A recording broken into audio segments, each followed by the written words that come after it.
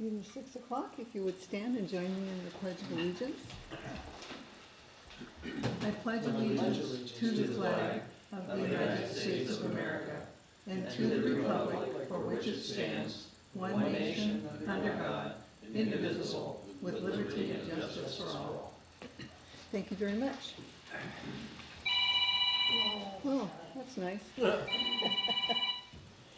Okay. Approval of the agenda. Do we want to add or add anything? Do we have any changes you want to see? I don't. I'll make a motion to approve the agenda.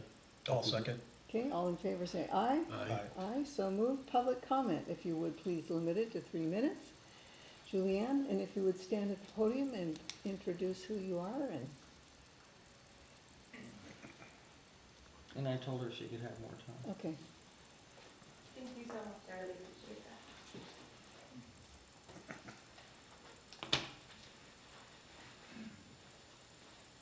Thank you. Thanks. Great, thanks. Oh yeah, I got this from Thank you very much. Phil.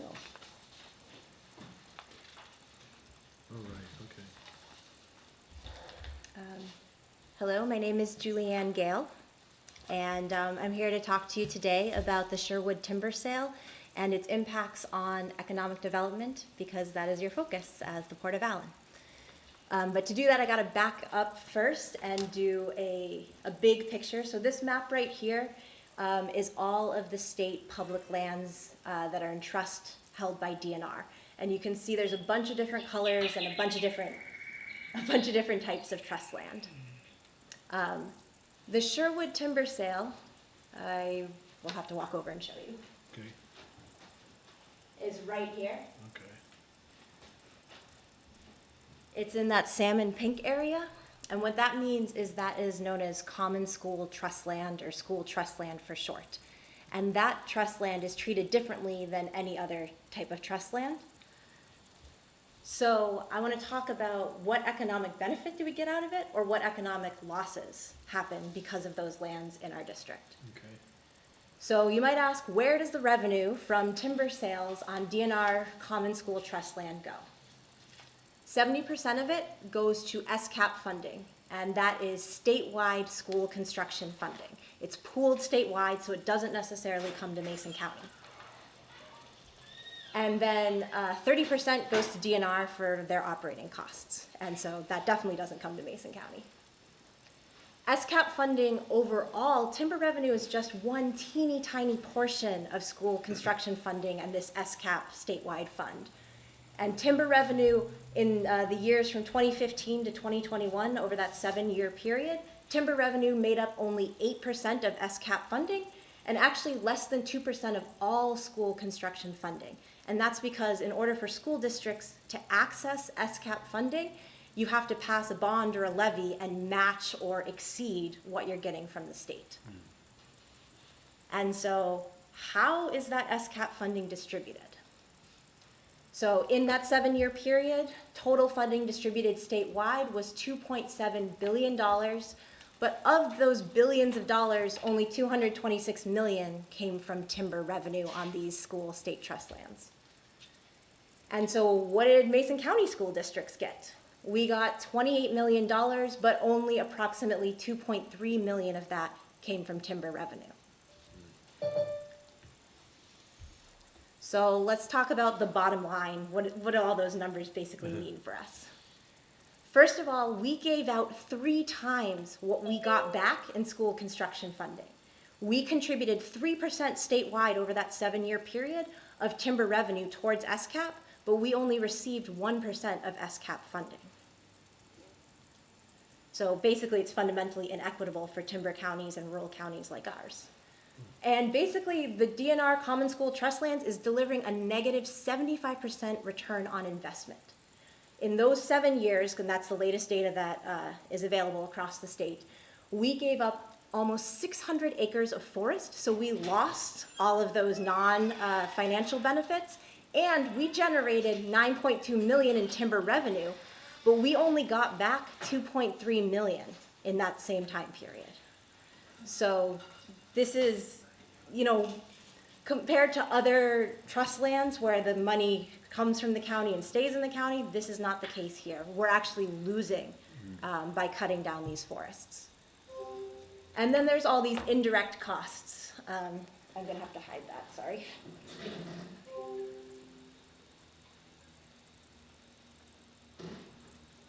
So the indirect costs, which I think is what's most relevant to you all as the Port of Allyn, is clear cuts lower property values.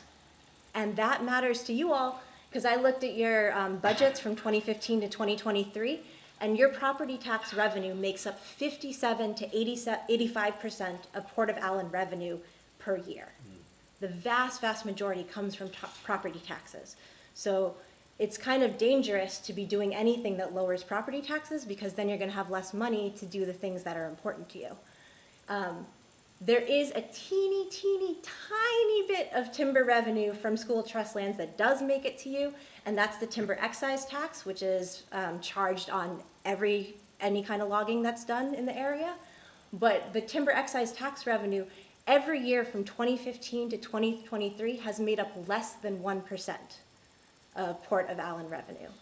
So if you're weighing costs and pros and cons of this timber sale, this is not something that benefits Mason County as a whole. It doesn't benefit children, and it doesn't benefit the Port of Allyn.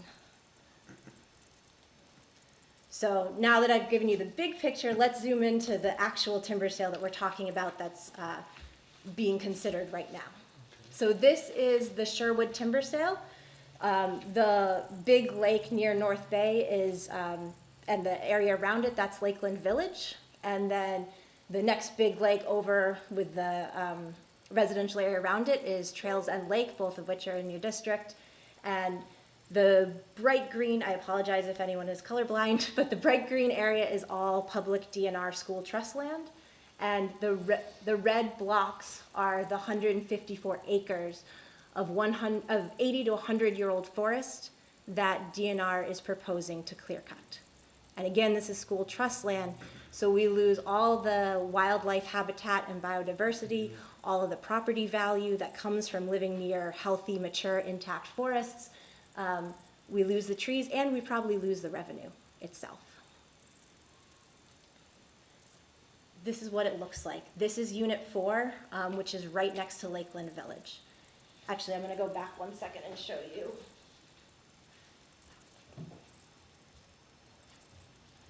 So this,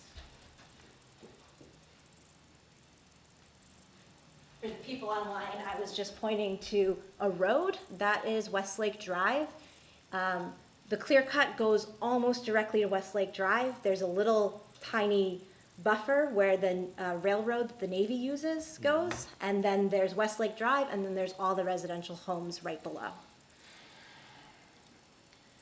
And this is what we'd be losing. This is Unit 4, directly above those Lakeland Village homes. It's diverse, there's many different species, and there's a fish-bearing stream that DNR is proposing to build a road over and cut down all the trees. And every tree you see in here, because it's not marked blue, those are not leaf trees. Those are ones that are going to be cut down. And this is a picture of one of the Lakeland Village homeowners. And what I want you to notice here is the slope.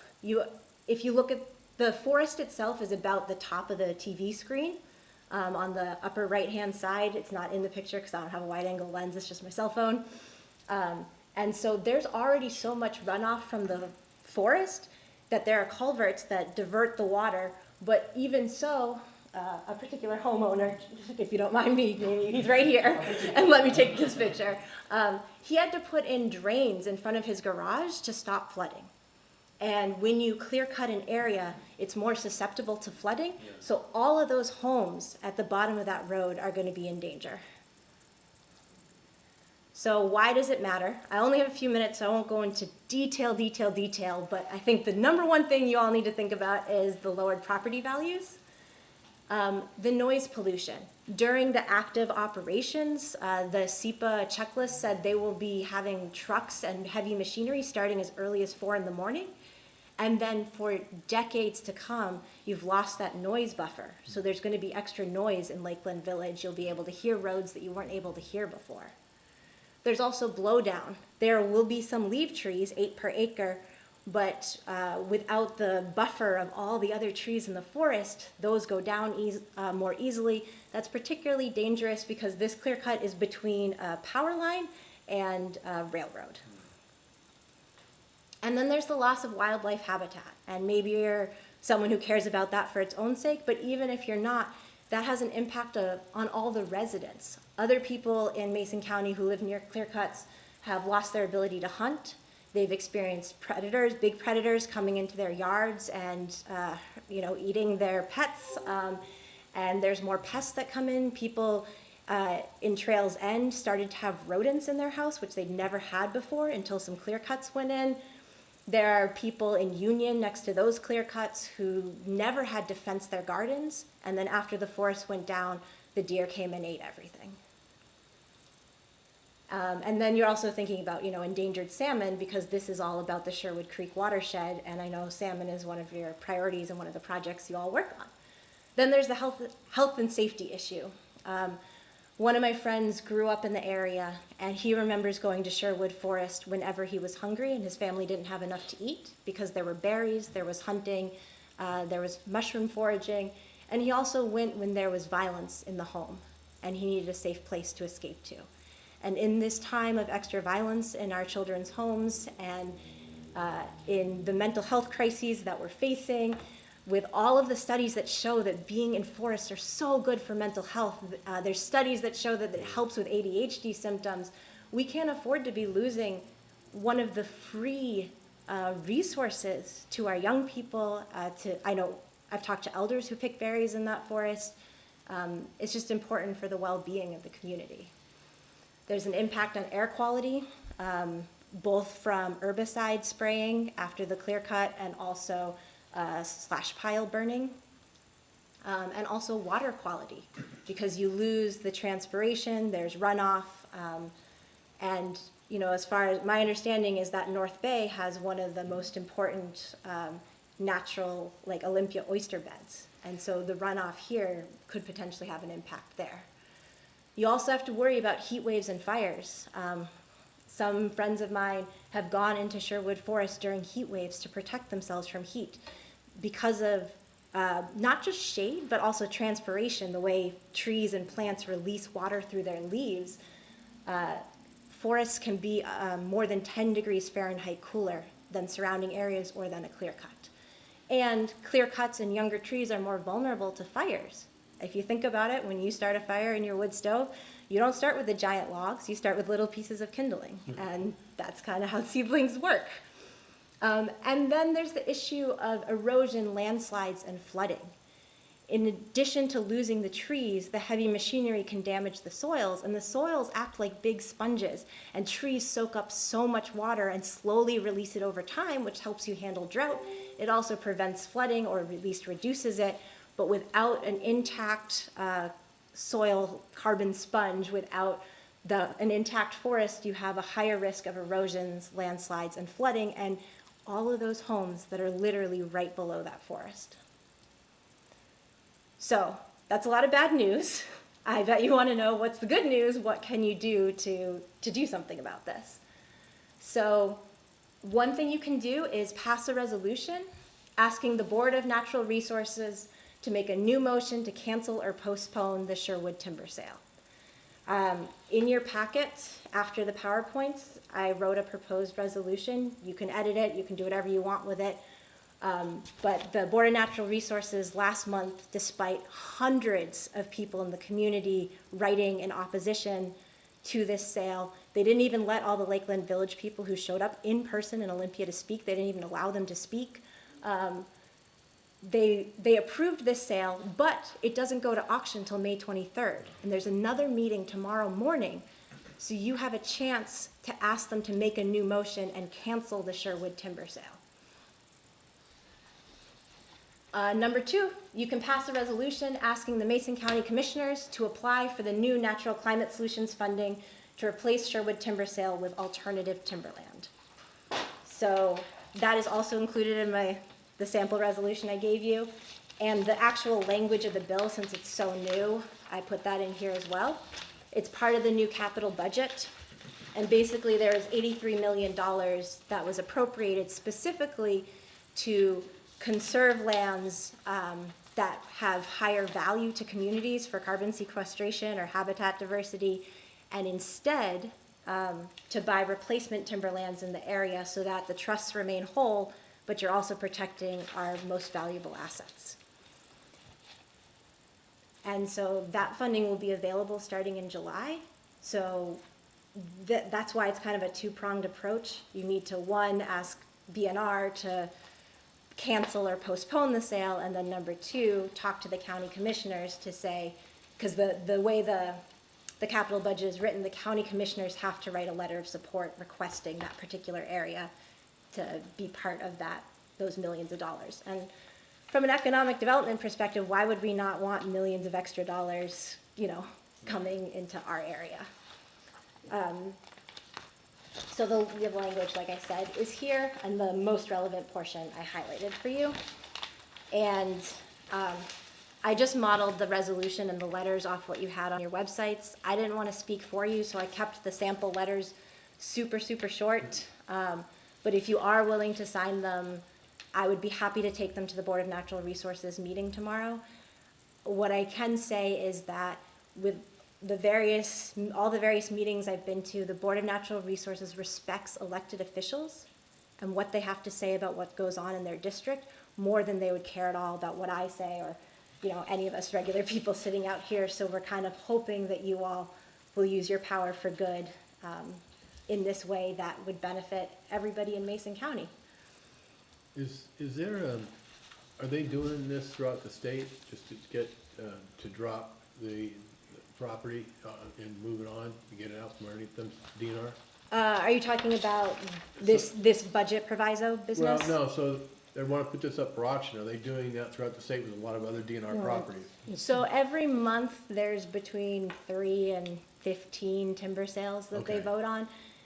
Some of them are more plantation stands and less high ecological or community value. Why are they targeting this one in particular? Because this is on school trust land, and so like I said, it's a negative 75% return on investment. Yeah, I get that.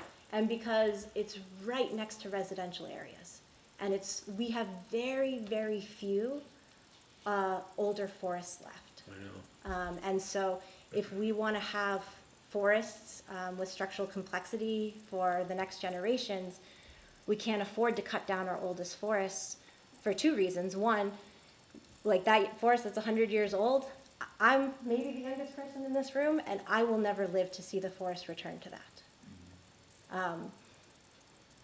And yeah, so it's even if we imagined that in 100, what it'll be like in 100 years, even if we replanted with all the same plants and everything, there's no guarantee that in 100 years it would be as strong a forest due to climate change impacts that make it harder for younger trees to establish themselves, survive droughts and heat waves. And there's not much that close to us that has that age, of tree. And Yeah. Do you have any questions? No, I've listened to Julian's presentation, so Okay. I don't have any questions. Okay. The third thing you can do if you want to speak for yourselves is the BNR meeting. You can sign up to speak on Zoom or in person yourself. If you have any other ideas or any questions, I'm happy to answer them. It is time sensitive because the BNR only meets once a month and they're meeting tomorrow morning. And I'm sure What time? Do you know what time tomorrow morning? Yes, so the meeting's at 9 a.m. and the link they make you sign up ahead of time. So although if you make sure you tell them you're a commissioner, and they'll probably push you to the front of the line. The public comment period is approximately 9:25 to 10:25, but last time it was like 20 minutes later than that, so it just depends on the situation. So thank you very much. Thank you. I hope Thank you will you. take this seriously. that was a powerful Thank you. presentation. Thank you. Thanks. Thank you. I did have one question. Okay. When you were going through the financial part of it, can you flip back to that?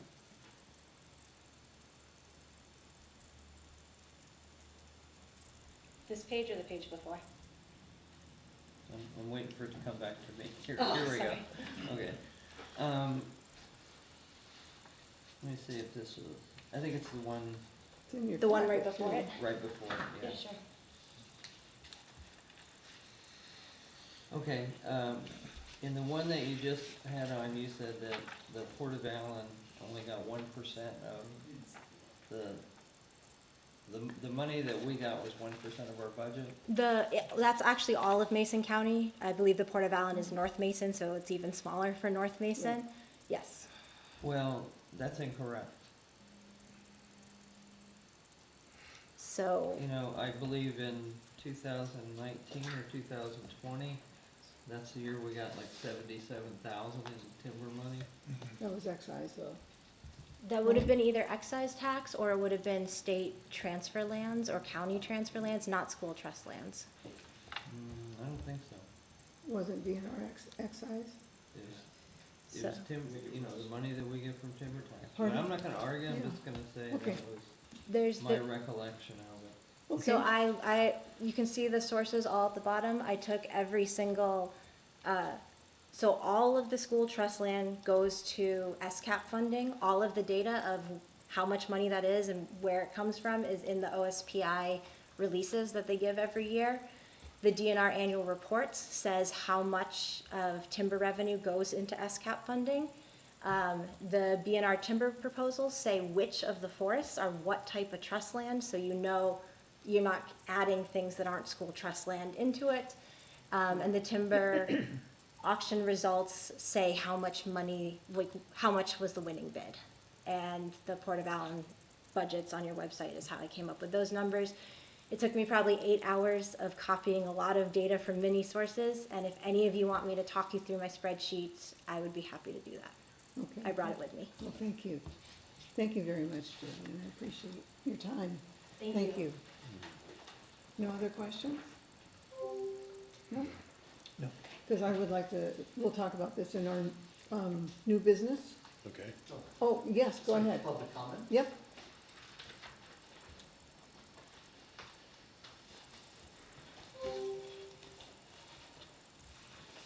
I'm Michael Sutroff, and I live at 2160 East Trails End Drive, Trails End Lake. Yes.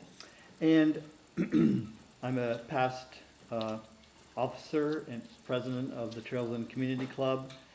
And I went to our community club to talk about this proposed land sale before it was approved by the board. And the board was very concerned because we have had so many clear cuts in our area, and we are continuing to, as you know, have a high level of development, not only around Trails and Lake, but about the immediate area. And we don't have that many forested areas left. The Sherwood Creek is part of our watershed. Trails and Lake drains into Sherwood Creek.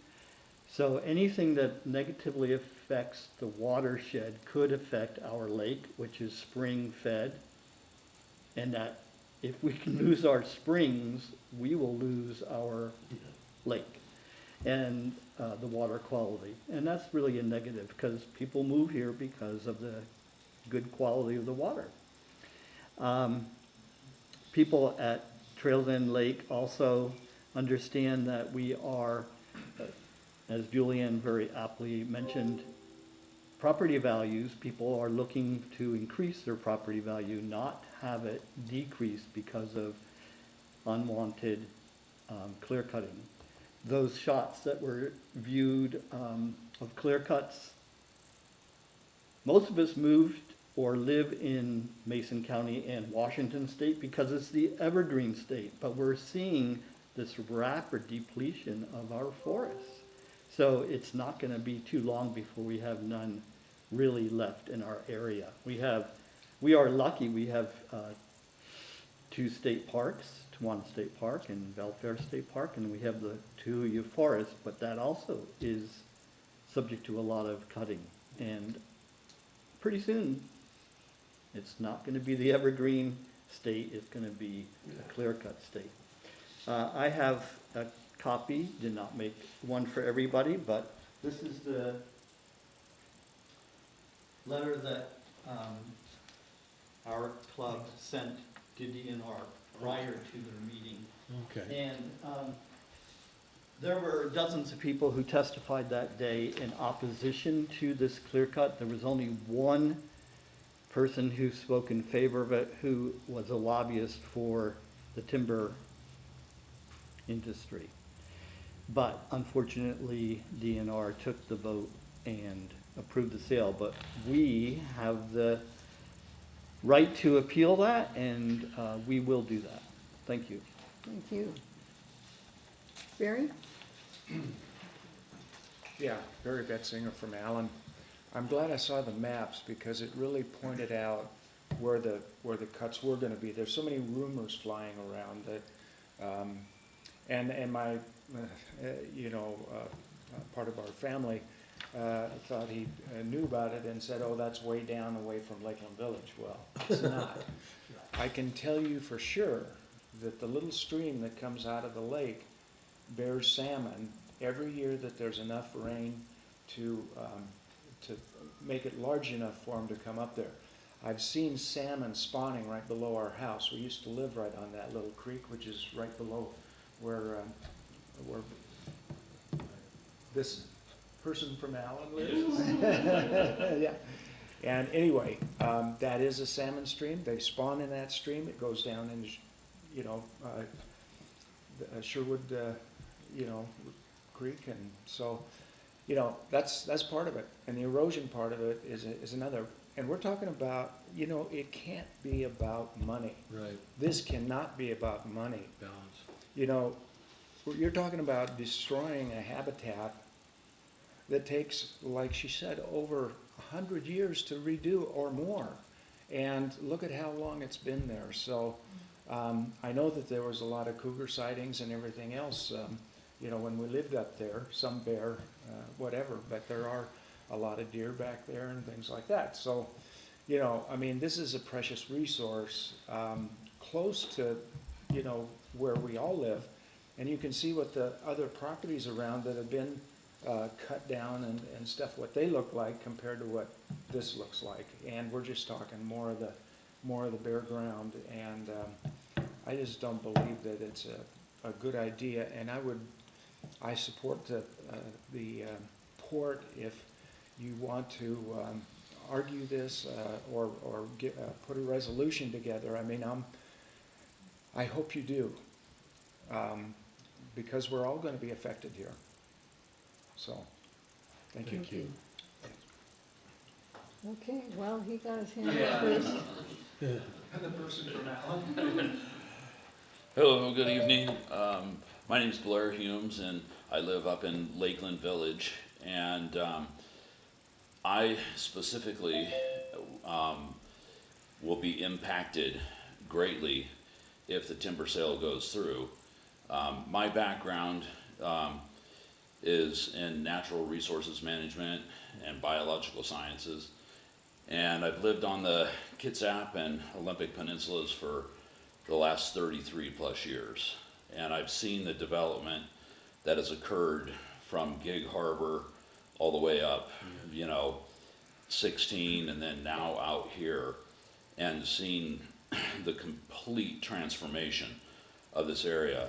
And the points that I think that are important to us that all reside here with this timber sale and the Sherwood forest is the loss of a complete ecosystem.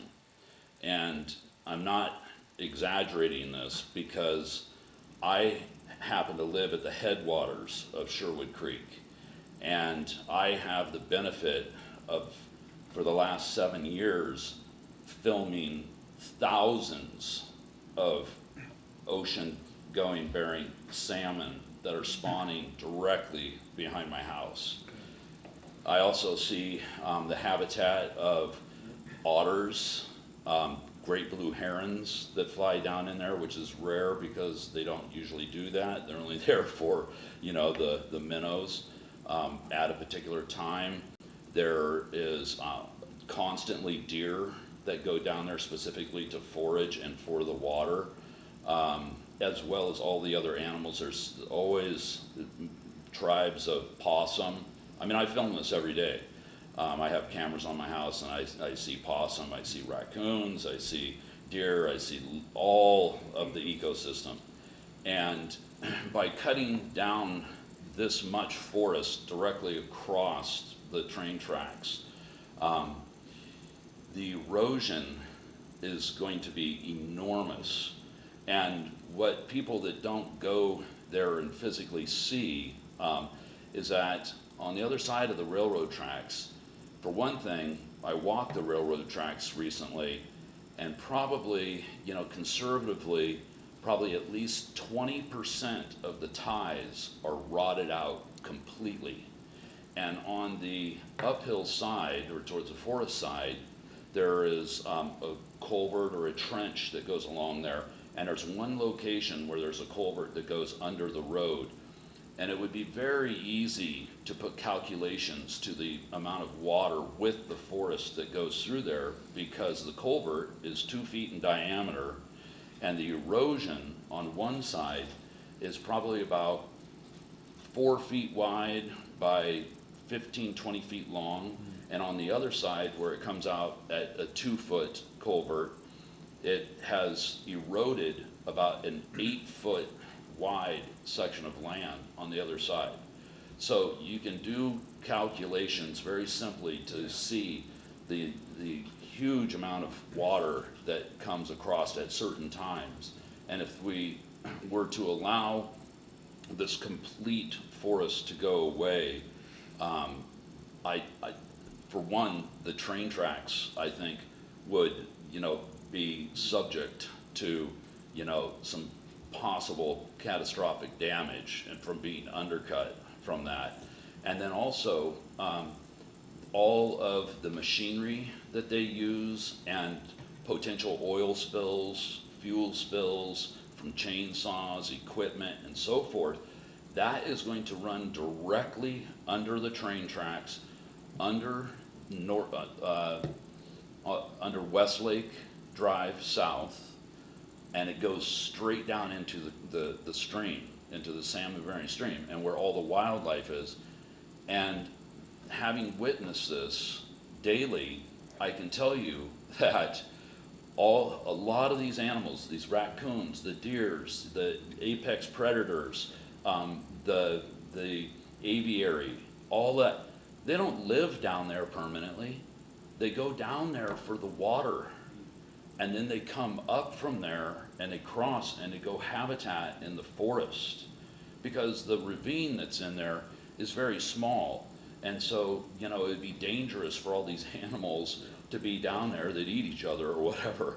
So you know, they come down specifically for water and at certain times for nourishment during the spring on the plants, and they all live across the street. And so we're talking about losing not, you know, only biodiversity. I have photos of spotted owls behind my house. I have eagles, of all these other animals that and the big thing is the cycle of salmon. It's like the salmon go out and it's like 4 years before they return, and they lay up to potentially thousands of eggs per salmon. And the statistics show that out of all that, only one makes it back to spawn in 4 years. So the loss of that habitat, and as a state, and we're worried about salmon, and we have this in our backyard, and yet we're going to let it go. And so I think that there's many good points that Julianne has made about in her presentation.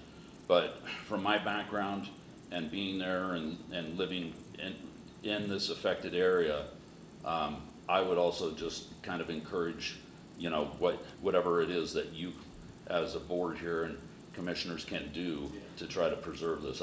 I'd try to encourage that. Thank you. Thank you very much. Travis? Bill, both have. All right, hand well, I'll be up here again in a minute when I do my reports and tell you about the sea lion problem. But this is a heck of a lot more important to me than the sea lion problem. Okay. They can sit there and destroy the dock for all I care. I don't wanna see 80 to 100-year-old forest ripped down. And because, well, I actually live in Sherwood Forest. I live on the other side of the highway, the east side. And when I grew up there, as early as I could walk, there was a gate there that said Sherwood Forest. So, it's a little emotional to me. Yeah, okay. And it's a darn shame.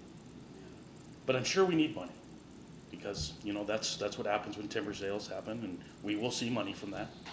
But if that goes, my family's property, almost 20 acres of it, will be the last of it, along with a few other landowners, so, thank you. Thank you, Travis. Phil, I see your hand up. You're muted.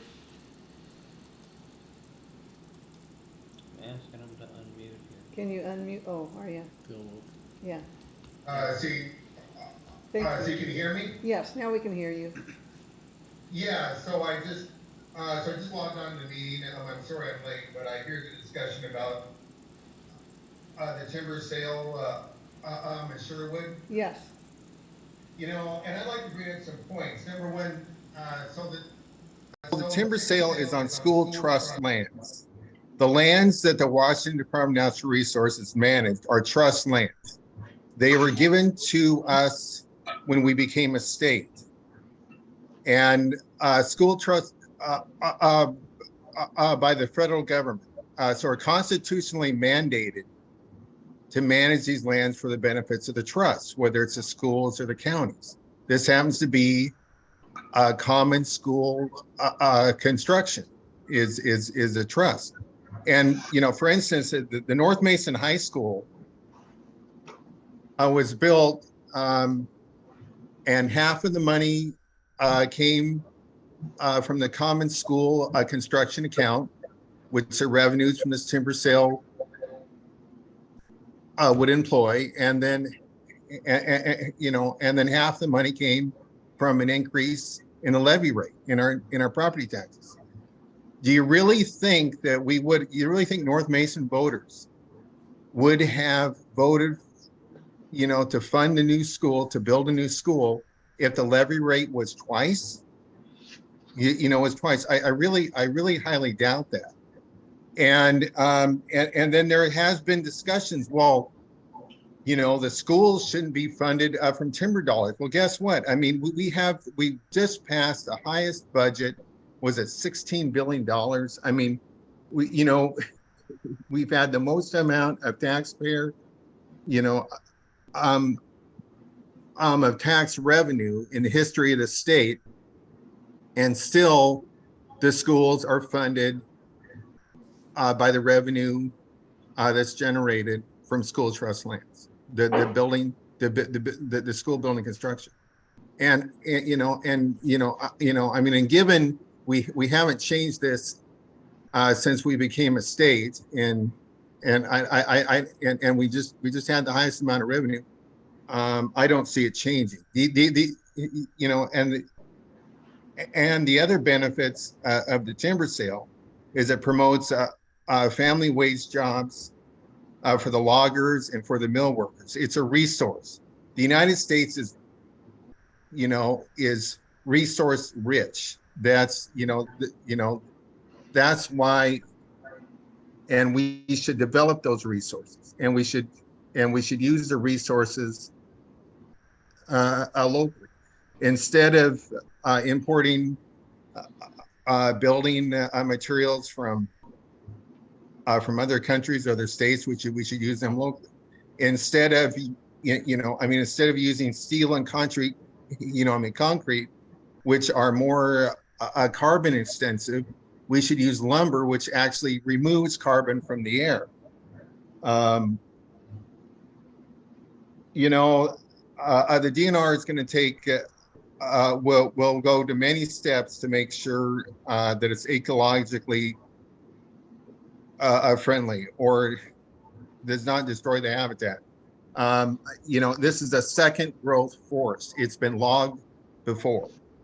All the And if you look around, if you drive Highway 3, you know, you can look at the, you know, the new forests coming up from Green Diamond and from Washington State DNR. You know, we're you know, in this county, you know, we believe in managing our natural resources. I'm sure the old, you know, you know, again, this is second growth. It's been harvested before. The older, you know, I'm sure the very oldest trees will be left as part of this timber sale. And I, you know, I guess I'm just in, if it was, if, you know, if we don't manage, if the lands aren't managed, then it needs to become into a park status. And we can't afford that. And, you know, I mean, again, I'll just finish with this, is that we were granted the lands for the purposes of funding schools when we became a state. I mean, that was the purpose of the land, to provide non-tax revenue. The framers of the Constitution believed that education is important. And I believe that education is important. As a taxpayer, I don't want to pay twice as much as I should to have good schools. And I don't believe we would have good schools if we didn't have the funding, because you know, we cannot afford it. So, you know, I mean, I wish you were, you know, I mean, I hope that people could become more informed on this 10%. So that's what I have to say. Thank you. Okay, thank you. Anybody else? Ken? I wondered if I might have a minute after the executive director's report. Well, it's public comment right now. If you would, please go ahead. Is there a public comment period at the end? We did not have one. We'll just stick with the agenda that we approved. Yeah. Sure. That's what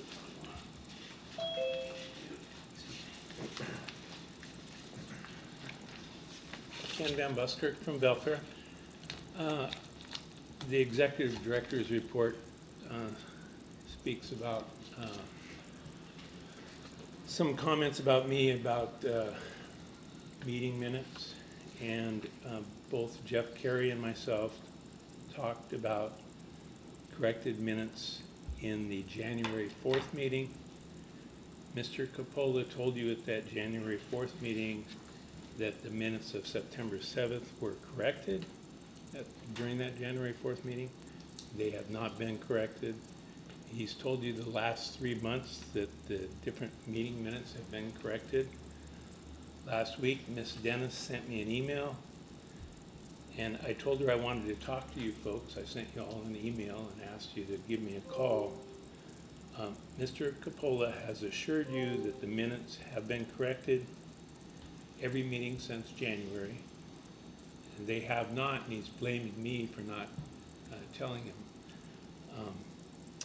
The September 7th meeting, Mr. Carey was the one that brought that up. He simply wanted the letter A inserted in the thing. That has not happened.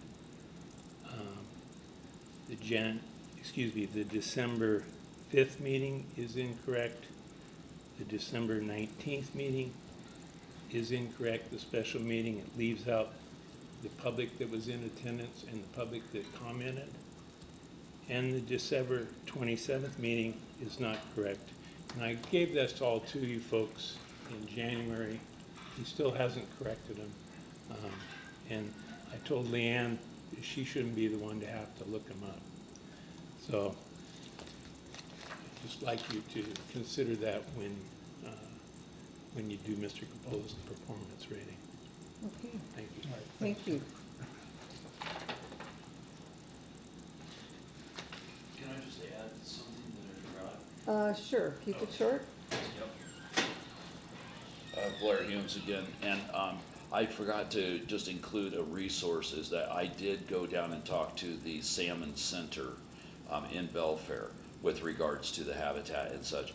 And the one thing that I think is relevant is that they themselves told me by their research that Sherwood Creek supports over 137 different species of animals. So as far as, you know, the habitat, the biodiversity, and the ecosystem go, I just thought that as far as a resource that you might want to know that. All right, Thank you. Okay. Now we're on to our consent agenda items. First one, Ted?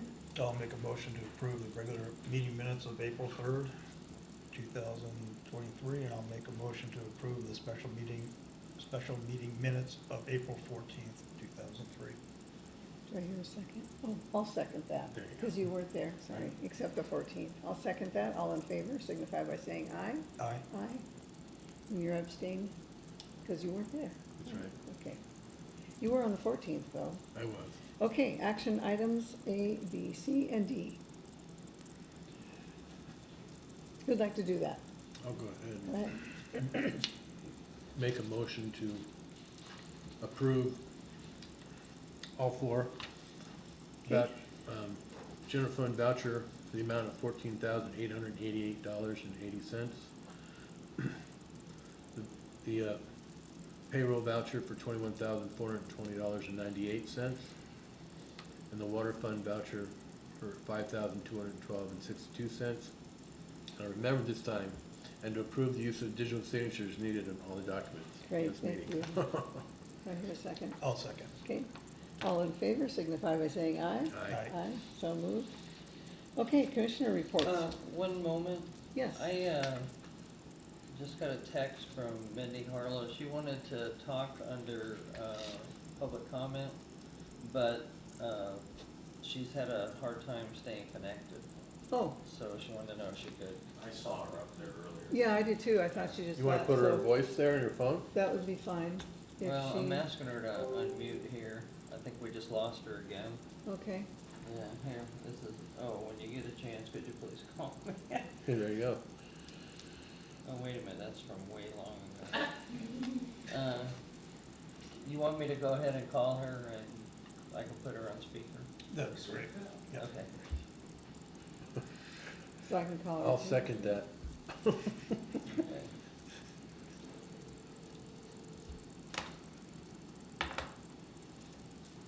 You have speakerphone? Oh, good, okay.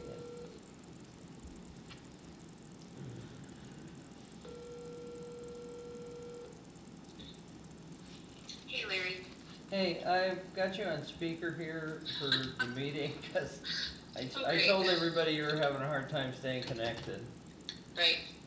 Okay. So- So I had just wanted to address an email that was sent earlier today with regard to the Sweetwater Creek Waterville Park property cleanup, and related to permits that have been talked about with the county and with the Olympic Region Clean Air Agency.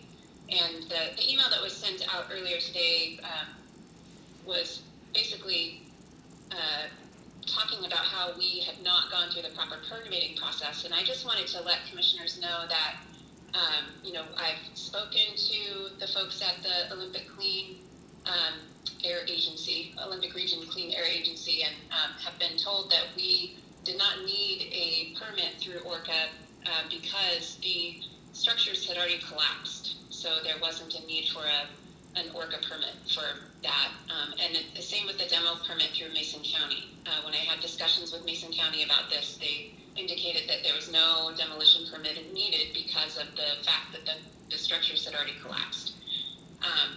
And also there was a question about the access to the property that is owned by the Hood Canal Salmon Enhancement Group.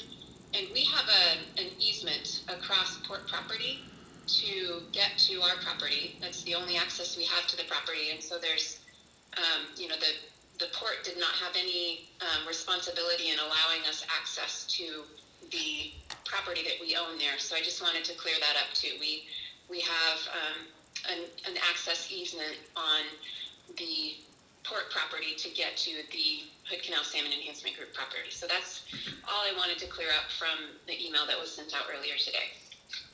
Great, thank you, Thank you, Mindy. Mindy, for Thank you, Mindy. cleaning that up. No problem. Excellent, thank you. Yep, have a good night. Thank you. Thanks. Okay, Okay, sorry. great. No, that was good information. And I've That's been great. back and forth with her on the screen here because she was trying to stay connected and couldn't. Okay, well, commissioners' reports. Who'd like to go first? I attended the general meeting, the special meeting, PRTPO meeting in all ports. And we did a presentation, like I said, the last meeting to WDFW about the Salmon Enhancement Group. That's still going very well. And then the broadband project is moving very quickly. So Wonderful. I should have an update on that pretty soon, so. Excellent, thank you. All right, well, I was at the special meeting for April, but the general meeting I missed due to having to be a family issue in SoCal, so that's pretty much my April. Okay, all right. Of course, I attended the general meeting and the Economic Development Council meeting, April 13th. They're doing pretty good work. They have lots of potential projects on board that they're trying to get. And also I attended the special meeting, and this isn't port related, but speaking of the forest, I volunteer with the Tahuya Forest regularly, and so I provided a bunch of lunches, about 75 lunches, for those who attended this Earth Day, or Tahuya Forest Cleanup Day. And it was well attended. Lots of people showed. It's just amazing.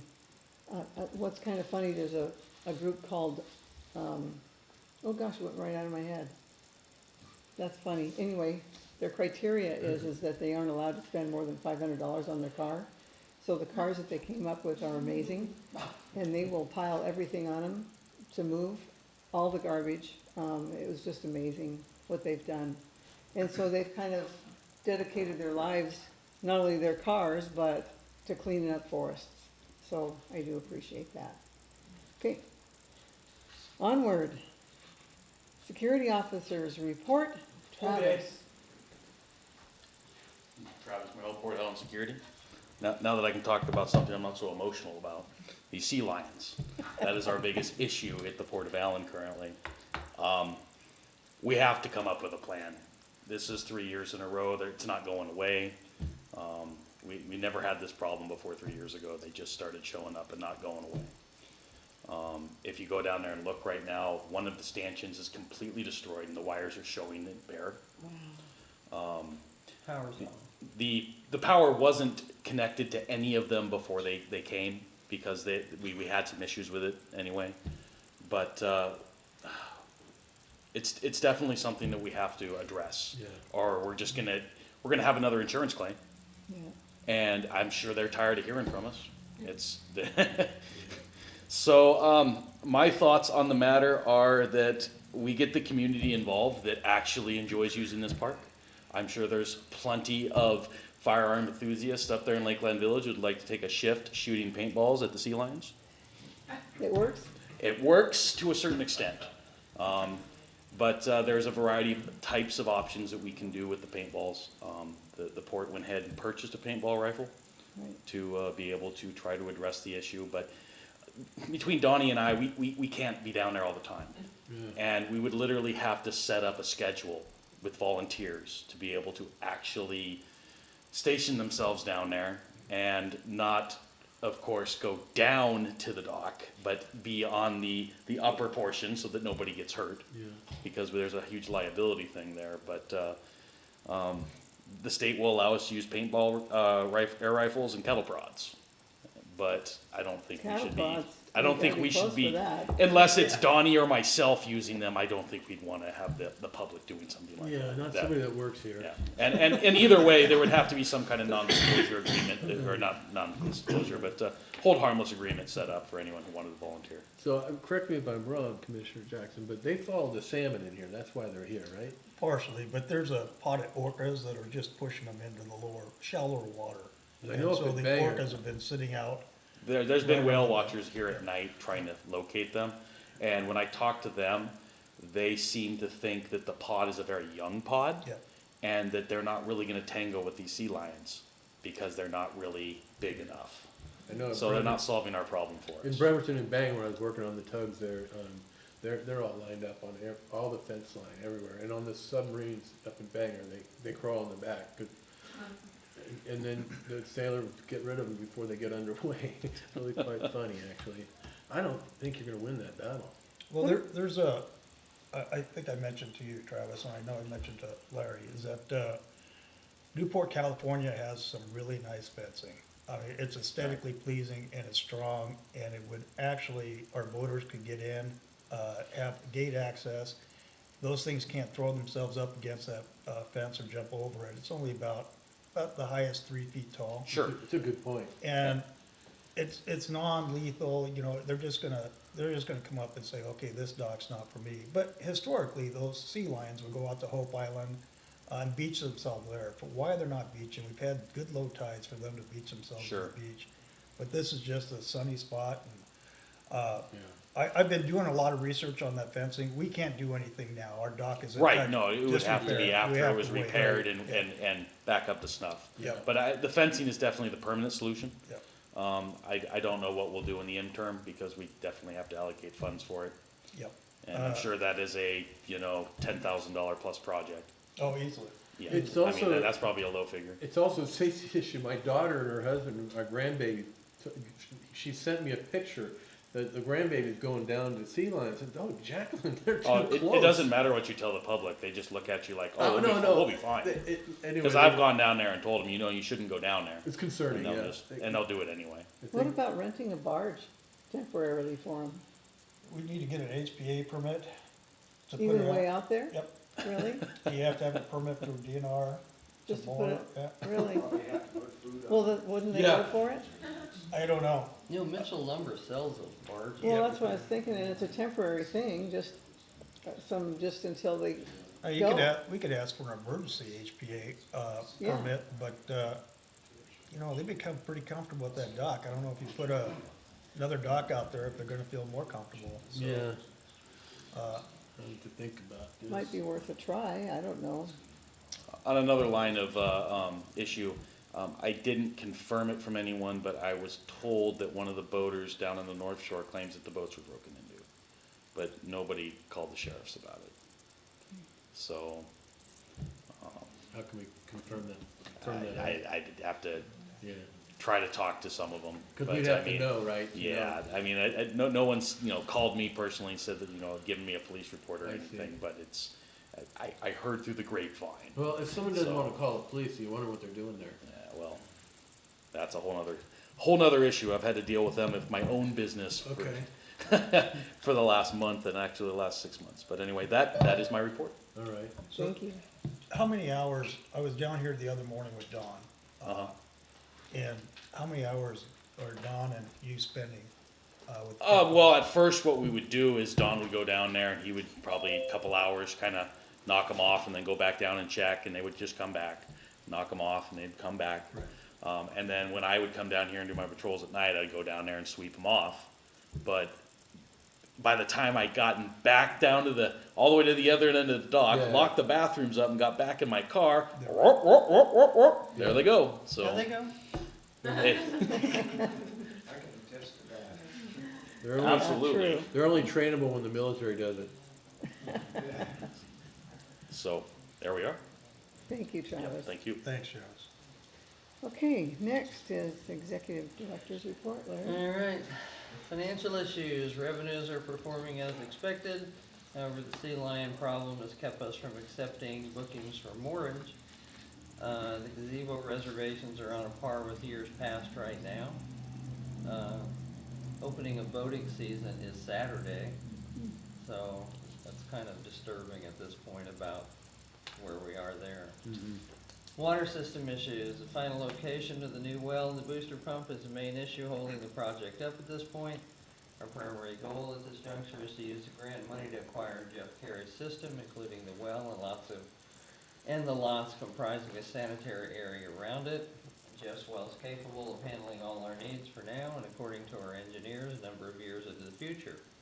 We can get ecology to sign off on this. All we need is for Jeff to get a cultural resources survey completed on the property. We can move forward with purchase and sale agreement. I've talked to Commerce and they're on board with this. Our original goal was to wrap this up by June 30th, but I met with Jeff and Debbie this morning, and it looks like that's not going to happen. We're looking more like August 31st, hopefully. Putting the booster pump on the same site as the well makes great sense, and if we ever need to drill a second well, that site will also work for that with all the main engineering already completed. We talked this morning, we're not too far apart on money. So I'm pretty confident this is going to go together pretty well.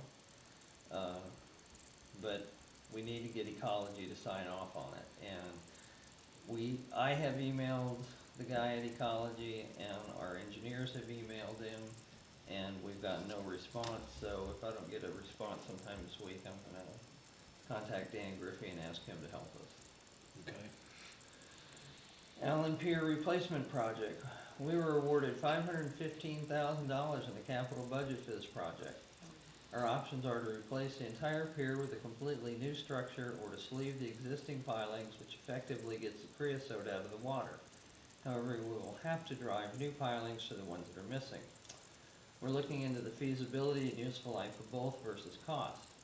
In the meantime, we received a bid from the contractors who repaired the North Shore dock of $651,327.63 to sleeve the pilings, which didn't include driving new pilings for the ones that need to be replaced. I've asked them for the specs they used to bid on this, and I'm planning on doing a request for proposals, see if anybody can beat that price and stay within our budget. Sleeving the piling should fix the immediate problems and put off any rebuild for at least 10 more years. But we don't know enough to make a decision until we receive other bids, which we would be required to solicit anyway. Sea lion issue. As you're well aware, we have been invaded by sea lions on our dock. They've done extensive damage, and I was supposed to meet with representatives from Honduras on Friday, and they canceled at the last minute, so I'm waiting to hear back from when they want to meet. Somebody went in the hospital, so I don't know what's what. They want to see firsthand what the situation is. Until they either leave or we find a solution for this, there's no point doing anything, as they will just continue to do damage. I've reached out to the state, who referred me to the feds since they're protected, but no one responded after a week and a half. So I contacted Representative Kilmer personally and asked for his help getting the feds to respond. Also researched some potential solutions for keeping them off the dock. The fencing that Commissioner Jackson talked about looks like the best bet. One company offers a product that irritates their skin, however they couldn't get them to us for at least 2 months, and the cost would be around $12,000. We've been shooting at them with paintballs, which is legal, but it hadn't made any real difference. One person contacted us about moorage and said having their boat there would chase them all away. I believe all that would do is attract them to the boat as well. Meanwhile, we'll keep looking for a solution of some kind. Support letter. Last month I asked you all approve sending a letter to the legislature in support of funding for the SR3 freight corridor. It's been partially funded in previous years and was included in last year's biennium budget. But the governor line item vetoed it for what appears to be purely political reasons, moving the completion out 12 years to the 2035-37 biennium. County commissioners sent a letter asking the funding to be restored and asked other entities like us to do so as well, which we did. I'm pleased to report the funding was included in this year's final budget. Yeah. Security camera issues. We have refiled for $5,000 going to court on the 17th. If we prevail, which we expect to do, I will ask our attorney if we can file for the remaining amount. SAO presentation. Last month we had a short presentation from the state auditor's office on the legal powers of ports. One resident has since stated he believes we took this out of context. Just to clarify, what was shown was the entire presentation we received from the state auditor's office, and that presentation is available on the state auditor's website as well. I'd like to comment on Mr. Van Busker's comments about the meeting minutes. He sent you all an email chastising me for not getting the minutes corrections updated on the website. We've asked him for a list of the meeting minutes he considers problematic and what needs to be corrected.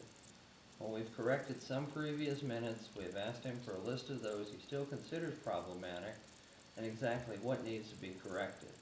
As of today, he has failed to provide those, while insisting to all of you and be held accountable for not doing so. However, we are not required by state law to post minutes on our website. Also, we have contacted the state auditor's office asking if the factor recordings where these corrections are noted and approved by the board are posted on our website, if that is sufficient. Waiting for their answer. Sign update, now that the weather is improving, Don and I will be looking at what we can do this week with that. Kayak park. We've received some communication. There are grants available for electric vehicle charging stations, and I followed up with Tara Black on this. She sent me some information on what she considers to be the best ones to apply for. This could be a good venue for this, as we have picnic tables and a restroom facility, which would make it attractive for users. Plus, it could create new revenue stream for the port. I've asked RCO if we could convert the park to this use, and they sent me some forms and an entire list of things we need to get permission for this, so I'll follow up and see what happens. Oyster House, I've contacted our engineer, asked him to draw plans for what we need to do to relocate the building, cantilever it over the water. This will require a slight change in scope for the grants, but Representative Griffey has said he will help us if we need him to run interference with commerce on this. Sweetwater Park, proposal to create a disc golf course on Sweetwater Park property has taken a small step forward.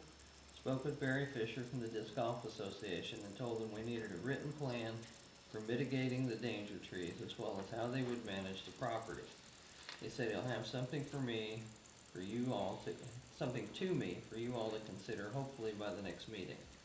The Salmon Center, which owns a portion of the proposed site, is also on board with this. Salmon Center's hired a firm to do the majority of the remaining cleanup, and they hopefully will be starting this week. There will be another round, which should be the final cleanup for anything that's left.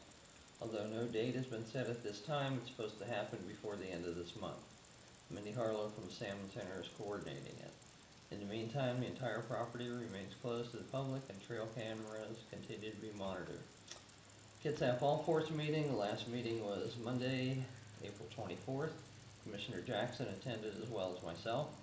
Next one set for July 31st, and it'll be the annual potluck. All of you are invited.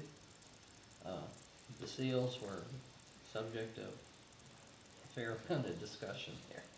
So, anyway, happy to answer any questions you might have. Okay, any questions? Just one comment, and you brought up in your report about Mr. Van Busker. Is first, with all respect, we appreciate all input from everybody and anybody, but we do the best we can to reflect what we understand to be in context. And number three, they aren't transcripts. Minutes are not transcripts, so I just wanted to put that in there. So we don't need to be chasing that around when we've got business that we really, in my opinion, chasing things around like that I think lay less priority. Let's put it that way. Thank you. Okay, new business, anything else? We do have one thing for new business that I didn't put on the agenda because I didn't think of it till afterwards. Our July meeting takes place on July 3rd. Okay, I didn't know if you all want to change that or have it then. No, we would change it. I mean, that or I'll be zooming from some Well, state park. I will be out of town that entire week. I'm gonna actually take a vacation. Okay. So, We need to shift it around. you know, but if you want to have it then or some other time during that week, I can zoom in. when are you leaving? I'm leaving on the 2nd. Oh, okay. I'll be gone till the 9th. Well, the nerve, right? Yeah, I know. Well, we should decide that before, well, we have a month. We have a anyway. month. Yeah, It's we have a just- Yeah, month. I can put it on Okay. the agenda for next Sure. month if you Yeah. want, but, I just wanted you to know, I'll be gone, but, you know, I Okay. can zoom in, and Okay, that it is the day before July 4th. I know a lot of people are gonna take, Yeah. 4-day weekends, okay. or 5-day weekends if they take 4 days as well. So, Okay, good point. Thank you, Larry. Okay, well, for new business, let's talk about Sherwood. Okay. Who would like to go first? I'll save my stuff till the end. I'll go ahead and step into that world. I, I am, as an aviator flying out of Bremerton and flying zigzagging down the power lines and over the North Mason area in general, there's, quite a bit of clear cutting you don't see. They're pretty good at keeping the trees along the highway. That behind that, it's like nothing there. And it's not a bad thing, because they do a good job on managing that for the most part. I understand that in the idea that this is a school trust and it had a specific purpose, but things change. And I think it's important with the amount of cutting that they need to do for good reason, that we protect this particular Sherwood site. Okay. Ted? So I am, I'm for putting, I am for this resolution and doing a letter and asking the county to write a letter to DNR. Well, I attended the meeting up at Lakeland. That was well attended. And everybody did, you and I had a chance to talk. That was very good. I don't know if there's anybody that spent more time in that forest, maybe except Travis. I worked 30 years. I've probably been there more than anyone in this room. Yeah, I spent 30 years up there working that forest. I understand. There are salmon runs, especially on Sherwood Creek when we get a water flow. And luckily, you remember that line that runs through there is Tacoma Power. So I'm also worried about where these logging trucks are gonna go into to access that forest for logging, because there's only 1 or 2 gates that they could get into, and it's right off Highway 3 on the north side. And so I don't know if they're planning on using, and that would be in the bid, if they're planning on using Lakeland Village. For that reason alone, I would be totally against it. Lakeland Village does not need any more heavy traffic coming through those roads. Some of them are damaged enough. And the protection of the wildlife, all you made great points. We do have bears and cougars up there. I saw a bear the other day on Saturday in Lakeland Village. And they do use that. And they also use, right across from State Route 3, the oversit, or they're just abstaining from this. I haven't heard anything from our state representatives, whether they're for it or against it, or they're abstaining. We would find out, wouldn't we? Yeah. But I know there's a lot of opposition, because I get it from the neighbors up there about the forest going. But there used to be a time when that gate heading out of Lakeland was locked, that nobody was allowed up through those power line roads, because Tacoma Power and the natural gas line was very concerned about damage and vandalism. But now that we have the treatment plant up there, that gate has been left open, unfortunately. So that's what I'd say. I'd support the resolution. I think if the Port of Allyn, as the only government agency in this area, doesn't take a stand one way or the other, we're not representing not representing our neighbors. Here's the people we represent, right? Our community. So, and I didn't get into detail, but on all points, that's why I'm for opposing the sale. I do want to say, I understand with Mr. Phil Wolf. He spent a lot of times up there. He spent a lot of times dealing with DNR issues. Right. And I know he spent a lot of times dealing with oppositions of timber harvest on DNR property. And so that's what I'd say. I'm all for the way they manage and grow up and then take the timber down the way they do things. I'm all for that, but this is a special place in our community that I'd like to see protected. Well, I could probably go on and on. I've been raised here all my life, and as you all know, especially Barry, this whole area was clear cut. This whole place was clear cut. There was not a tree around, hardly. So it is all second growth, like Phil said. So I've been raised with the timber harvest, and it's a crop. So, and I'm just reminding you all, those guys who are new in this area, and I say new, not that I'm 100 years old, but pushing it, no. It's still a harvest. Yeah. But because, and I'm gonna go with you guys too, because it is in such a high residential area, I would support that as well.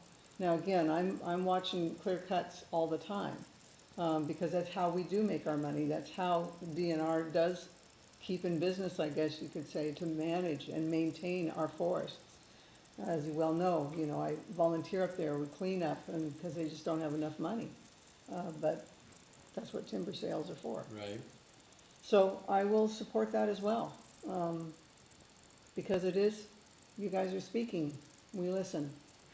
It's like the lottery was created so that the schools would get money. Well, that didn't work out too good. Yeah, The well- numbers here don't work out too good either. I'll buy $100 a lot, it'd take us a week if it Well, just not cut it down. under the guise of that. So, A what, bad example. what she said, what she suggested too, Julie, and I appreciate Yeah. the homework, you did a lot of homework, You did. and thank you. I was not Um, aware of this. I, Isn't it? well, yeah, I was kinda caught, but, I mean, I'd heard about this Right. before, about the opposition and the support of it. So, thank you, Phil. Anyway, Phil has been with DNR for many years, he's been very supportive in supporting, not only DNR, but local communities as well, and a forest manager, so thank you again, Phil. In our port, very supportive. Yeah. But because of this unique situation and the high density of people that are there, I would support that. So with this resolution, I think it's really good. I don't know if you want to jump on the resolution right away, or if you would prefer to. I'll do whatever you all want. me I would like to do. jump on it right away due to tomorrow morning's meeting. If you're, I agree, I mean, we're on a tight. No time like now. I think Okay. we got I'll May follow up on it in 23rd, the morning. so. Okay, so I'll make a motion that we go ahead and run this resolution opposing the Sherwood timber sale. And, get a letter. Do we need a letter too? Well- I drafted two letters, Oh. you can, it's on the back of the resolution. but even with the resolution, that has the, That has it, that's okay. kind of the We'll meat. start with that. Yeah. Well, for the resolution, I've gotta put it into our system with our resolution number. That's fine. Okay, For you all to just make So- a motion, rather than do the resolution, make a motion to, I just follow up with the stuff. It'd probably be quicker and easier for everybody. That's pretty Okay. cute, resolution 2023. Well, you have 3 digits after I that. know, You wanna guess I'm- what the digits I'm were. trying to make it light of it, but because you have one Oh, sitting yeah, you know, there. I didn't look at it. Because you have one sitting there, you Okay. just need to add the last 3-digit numbers. Okay, all right. I make a I'll do it. motion that Never we mind. go ahead and Okay. approve the resolution to oppose the timber sale. Okay.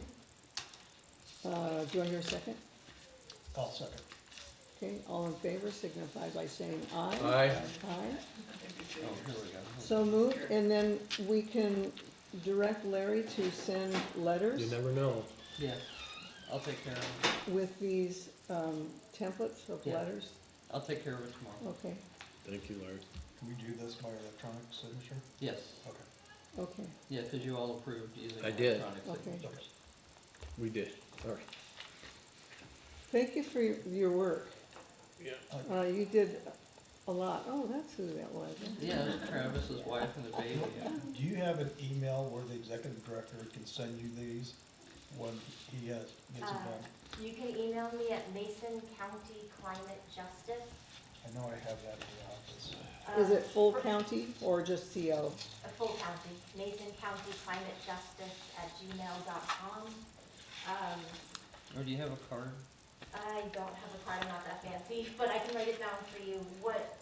Just from a legal perspective, it would be helpful if it can be done before 9 AM when the board meets. Here, go Or ahead if and you write could it just on write here. the number and I can bring it in person because the way that comments work with DNR, you have to either give them live that morning or bring them in person. They might make special exceptions for you all, but it, Well, you know what, we've never done this in all the years I've been here. We can actually sign one of these now, and then Right. he can call you with the last 3 digits that would that be you need. amazing. Okay, That would be super amazing. Good idea. Here's one The old- that's just. The old conventional Okay. way, what a Okay, I can concept. look, hold on, I can look up the number. Just- Oh, Okay. awesome. We can fill it out of your mouth. All right. Yeah, hold on, I'll look up the number. You know this has never happened as all these years I've ever been here. You Nothing has all happened are this way. amazing. I'm Probably when you so- started becoming a commissioner, you did. Not like this. Go ahead. Sock me one. John Henry, right? Oh, John Sheridan. Yes.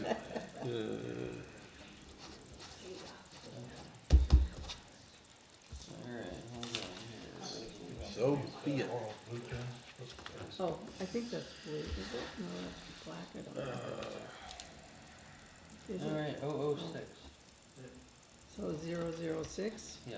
okay? I'm really hopeful that tomorrow, the DNR board will reconsider after all the public input that has been generated.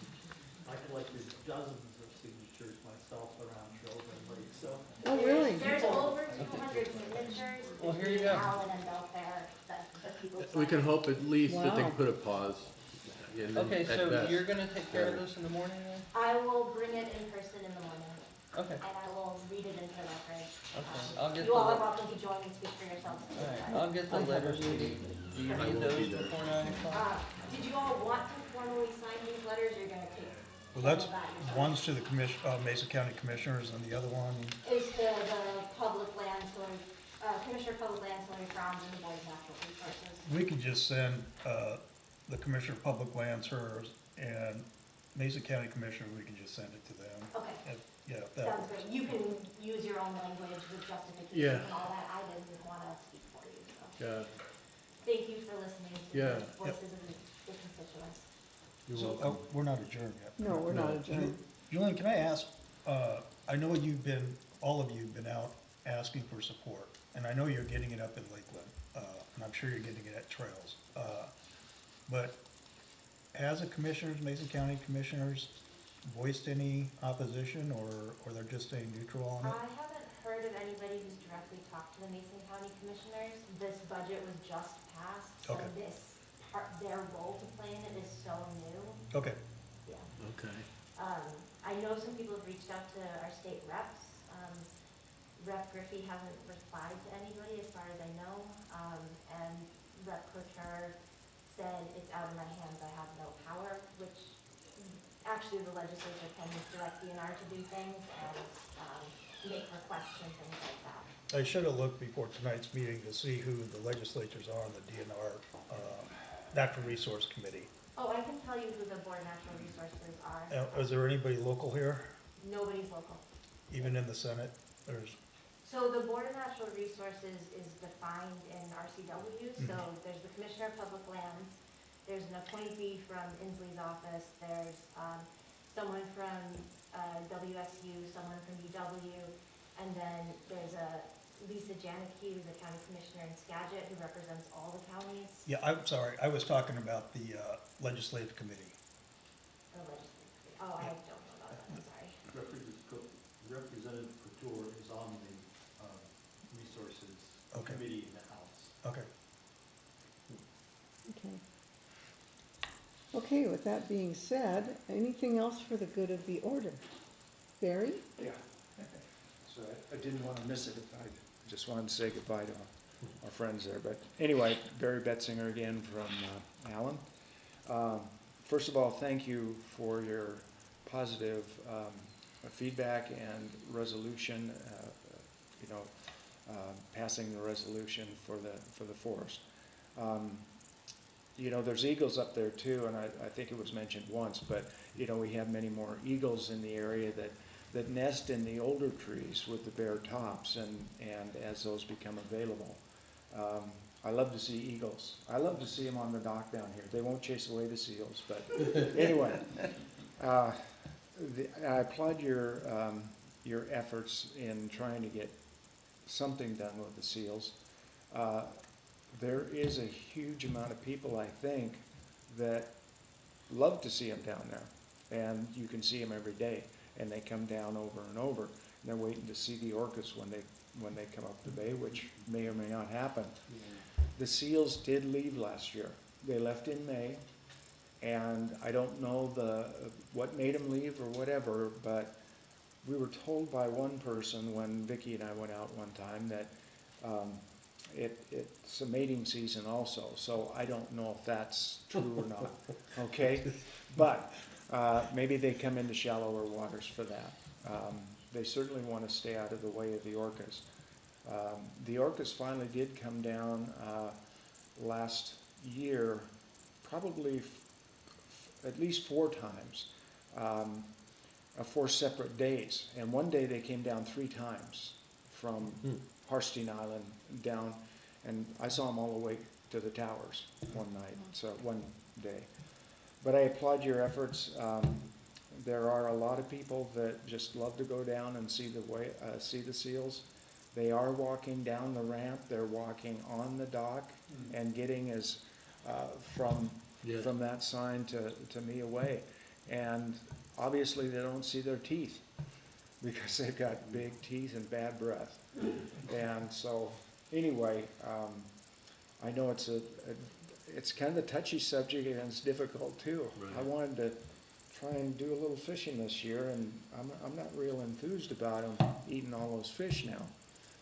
So anyway, I just want to encourage you to keep looking and come up with a solution if you can. I think they will leave again this year, especially when we get more boats around the piers, and that'll keep them away from the dock for a little while anyway. You know, I think that fence is like the best idea I that do we too. could have. Yeah. Right now, we're gonna end up rebuilding that whole dock. I mean, it's only 2 years old. But is there something temporary we can put down that it's not too expensive that will Well, suffice? the thing is, they have destroyed 4 of the 6 power and water pedestals down there. And we've gotta get those replaced. Right. And there's no point in replacing them until we get that fencing up. Yeah. But in the meantime, like I said in my report, you know, boating season starts Saturday. So it's gonna cost us some money, not only to fix the problem, Right. but The loss of for, revenue. you know, Uh-huh. seasonal revenue. And of course, Alan and Gina had the boat out here all summer, and they're wanting to come back June 1st, which, you know, and they have sublet their covered moorage down in Shelton on June 1st so that they could come and be here. So they're kind of concerned about it, and they may touch bases with you, Larry, or somebody. They already have. About that. So anyway, I don't know. I just wanted to say thank something you. positive, and thank you for what you're doing, and I appreciate it. Thank you. Okay, Phil Wolf has his hand up. Okay, Phil, go ahead. Yeah, if I could just add on to the forest is you know, I mentioned that Sherwood Forest is primarily common school construction, while the rest of, you know, Mason County's state forests are county forests. And there's literally millions of dollars comes into this county budget and comes into your port district. You know, when you, so when money from timber sales on county trust lands comes in, you know, is distributed, it comes in just like your tax statement. So I know for the roads department, you know, which I'm a member of the tip cap committee, you know, it's $300,000. And we're just a minor player in that. For the county, it's millions of dollars. So I would hope the county commissioners are in favor of managing their own land. I would hope. So, you know,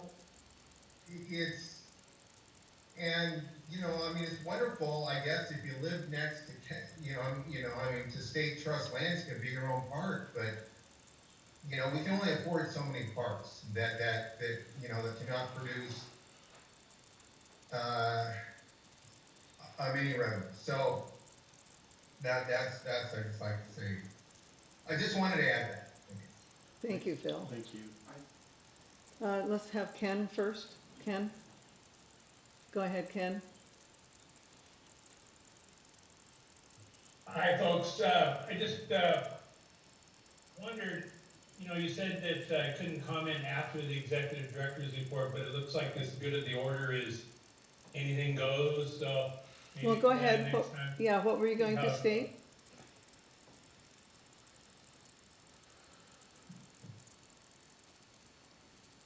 Ken? Yes. What were you going to state?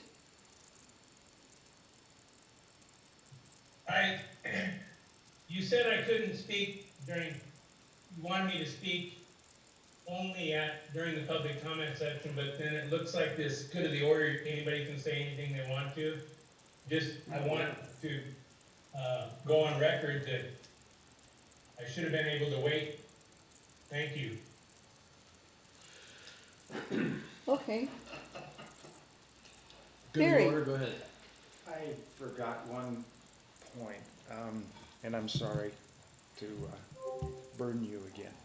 But wildfire, okay? What's gonna burn faster and more, with a larger fire? Live trees that have, water in them. If that is clear cut up there, that whole area is gonna be subject to the sun in the summertime. Everything is going to dry out and there will be plenty left to burn. And if a fire started in there, that again is so close to the residences, especially along that West Lake Drive, north and south there. And I'd be really concerned about that. And of course, sparks from that can fly all over the place. So I'm sorry that wasn't brought up, but I thought I'd bring it up. Thank you. I'm sorry. Thank you for the good view. I just wanted to say thank you. It's not often that public officials do something that hasn't been done before, and that takes courage. And you are all clearly people of the community, and we don't always get to see that or feel that in our elected officials, and so it matters, and thank you very much. Thank you. Thank you. One thing, go to the order, who's going to the Washington Public Ports Association? Oh, I have to go to a celebration like down south, so I'm pulling out. Okay. I'm not going. That's in Spokane. Yes. Yeah. Okay. So you're not going? No, I You're voted not to. going, okay. Would you mind, Leanne, to pull the Okay. res, please? So it looks like you and me and Leanne. Okay. All right. You'll represent us well, I know you will. Okay, well, motion to adjourn? I'll make a motion to adjourn. Second? Yep. All in favor? Aye. Aye. Thank you, folks. Thank you. Thank you.